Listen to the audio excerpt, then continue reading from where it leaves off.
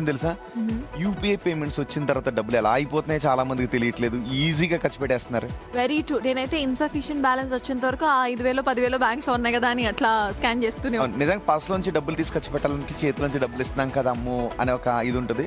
But phone నుంచి pay చేసేటప్పుడు ఏమవుతుందంటే అదేం తెలియకుండా ఈజీగా ఖర్చు అయిపోతుంది.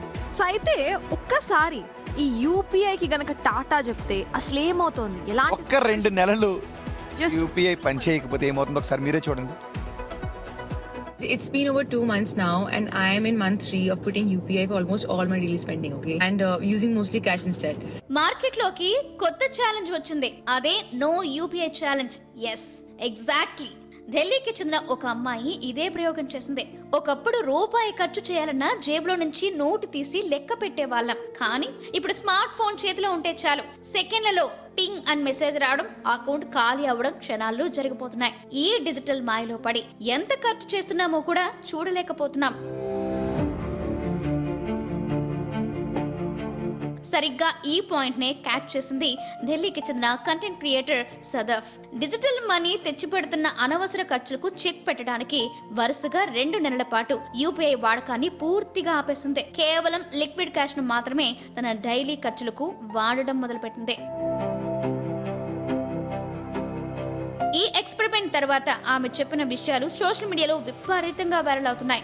యూపీఐ ఉన్నప్పుడు 20-50 రూపాయల లాంటి చిన్న చిన్న ఖర్చులు అస్సలు లెక్కలోకి వచ్చేవి కావట. కానీ అదే జేబులో నుంచి కాగితం నోటు తీసి ఇచ్చేటప్పుడు మాత్రం అయ్యో డబ్బులు అయిపోతున్నాయి అన్న భయం కలిగి ఎక్స్ట్రా ఖర్చులకు బ్రేక్ పడిందని చెప్తుంది.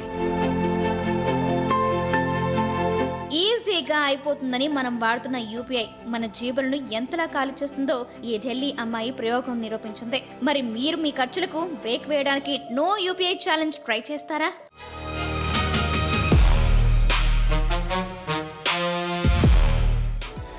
సో బాగుంది కదా అమ్మాయి ఐడియా. నిజానికి ఒకసారి ట్రై చేసి చూడండి. కానీ మన డిజిటల్ పేమెంట్స్ని ప్రోత్సహించాలి, తద్వారా ట్యాక్స్ ఎగవేతలు తగ్గించాలి అన్న ఉద్దేశంతో మనం దీన్ని తీసుకొచ్చాం. అండ్ ఫేక్ కరెన్సీని కూడా తగ్గించాలని. దీని ద్వారా దేశ ఆర్థిక వ్యవస్థ బలంగా ఉన్న వ్యక్తుల జేబులు మాత్రం గొల్లవుతున్నాయన్నది సరదాగా ట్రై చేసి చూడండి ఏం జరుగుతుందో. అండ్ ఏం జరిగిందో కమెంట్ కూడా చేయండి. Big TV comment. 1 week challenge తీసుకోవడమే చాలా కష్టం నాకు తెలిసి.